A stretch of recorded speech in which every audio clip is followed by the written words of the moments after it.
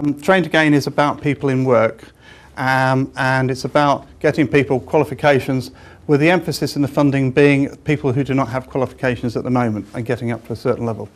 I don't know if anybody saw Gordon Brown on the politics show yesterday, who was challenged by somebody from a college about cuts, and who said Train to Gain was all about basic skills, apparently.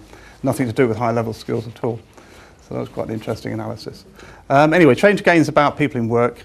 And then for individuals, by next year, there will be things called skills accounts, which will be, if you like, a notional amount attached to an individual. And it means that colleges and training providers will not get the money unless the learner turns up on the doorstep, which actually is what happens at the moment. But the idea is there's a more visible path.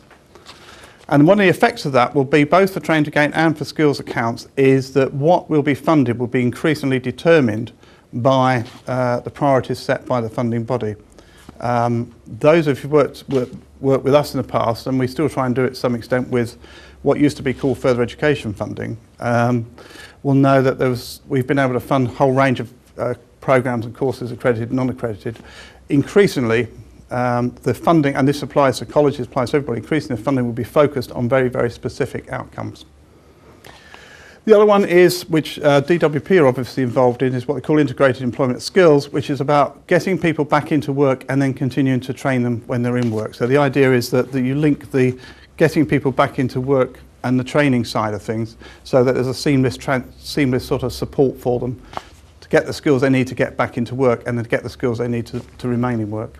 Apprenticeships I've mentioned, big government priority, and also a priority for the possible new government, assuming that the polls don't continue sliding. But apprenticeships are a political priority for all the political parties. A lot of emphasis on 16 to 18, increased emphasis on 16 to 25, and subject to funding, opportunities for people who are over 25 to do apprenticeships. And I think the smart money is on Train to Gain becoming apprenticeships for adults in some shape or form. And as I say, funding increasingly focused on government targets, and assuming that the learner and the employer will pay more, or all indeed. The other part of it is, the other change that's coming in is qualification and curriculum framework will change the way that qualifications are awarded, moving to a more modular basis. Now to some extent that's taken longer to get in place than we are expecting, and it's also determined to some extent by funding, because the government targets are still linked to whole qualifications. So we're not sure if the funding system will actually allow people to do modules over a period of time. We don't know how flexible that's going to be. So that's a sort of watch this space idea. Who determines what the priorities are? Well, I think I put right at the top government, and then the theory is that the sector skills councils, the employers, will say these are the qualifications we need for our business, and there is a skills body, skills third sector, which I'll talk about in a sec, for the third sector. Regional development agencies will have a role in breaking that down to a more regional perspective, and local employment skills boards will also have a role in influencing, particularly through the RDA, what they think the needs are. In theory, if you talk to the people who've designed the system, they say, well, learners and employers will determine what's being funded. I'm not so sure that's the case. I think there's still a degree of top-down. However, that could change if the politics of the country changes. Anybody been involved in doing the PQQ on Bravo? Well, you'd be very pleased to hear that it's been replaced by something else on Bravo. Bravo is the online system which allowed you to express an interest in being and then submit tenders, and it's been used both for mainstream funding and indeed for European social funding.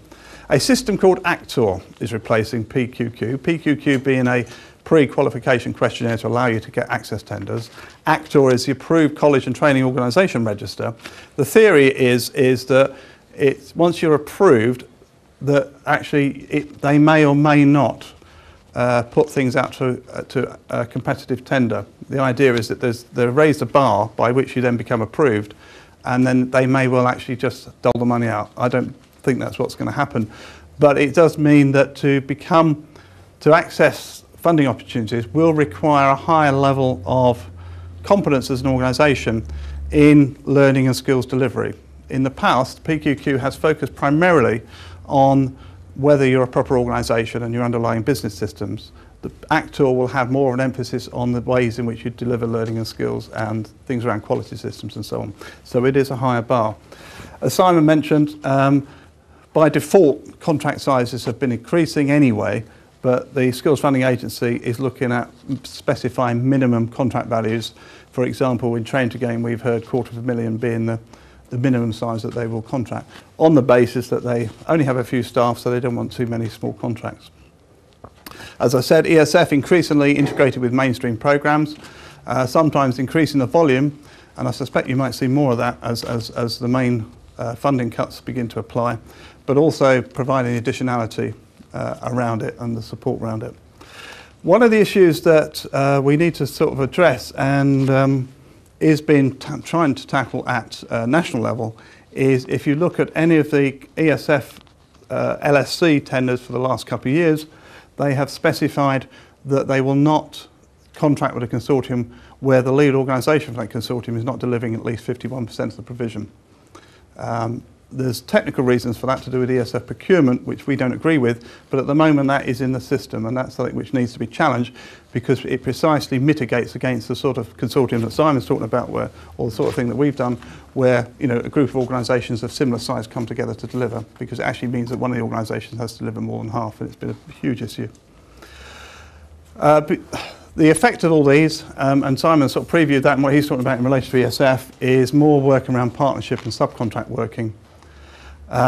Certainly in mainstream skills funding agency work, and to an extent in ESF, but less so possibly, very high performance requirements, and a lot of organisations who have been working with the LSC for a long time and have a good reputation are falling foul of the way that the LSC is managing data, and the SFA will manage data in terms of sort of what they use to identify whether you've been successful or not. But it's a very unforgiving environment, and there's a very high risk in running these sort of contracts.